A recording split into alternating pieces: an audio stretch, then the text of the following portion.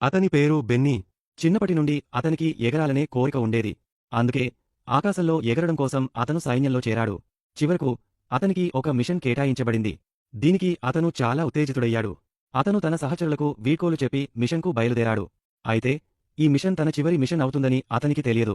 ఎందుకంటే శత్రువులు అతని విమానంపై బాంబు వేశారు. దానివలన అతని విమానం రెక్క విరిగిపోయి అతను నియంత్రణ కోల్పోయాడు. కెప్టెన్ వెంటనే విమానం నుండి బయటకు దూకమని చెప్పాడు. కాని అతను విమానంతో పాటు కింద పడిపోయాడు. అయితే అదృష్టవశాత్తు అతను విమానం నుండి బయటపడ్డాడు. అతనికి స్పృహ రాగానే శత్రువులు తన వైపు వేగంగా వస్తున్నారని చూశాడు. అతను వెంటనే లేచి వేగంగా అడవిలోకి పరుగెత్తాడు. శత్రువులు కూడా వేగంగా అతన్ని వెంబడించడం ప్రారంభించారు. బెన్నీ వెంటనే ఆకులు, గడ్డితో తనను తాను కప్పుకున్నాడు. వెంబడిస్తున్న శత్రువులకు ఏమాత్రం తెలియలేదు. వారు అతని ముందు నుంచే వెళ్లిపోయారు. వారు వెళ్లిపోగానే అతను వెంటనే బయటకు వచ్చి అడవి లోపలికి పరుగెత్తాడు.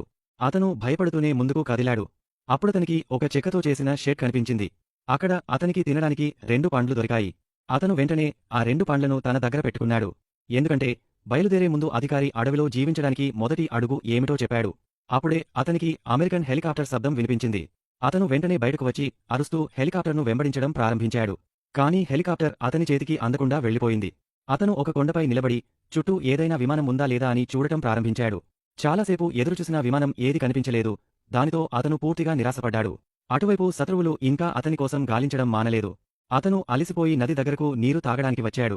అతను నీరు తాగడానికి తల దించుతున్నంతలో శత్రువులు అతన్ని 4 వైపుల నుండి చుట్టుముట్టారు.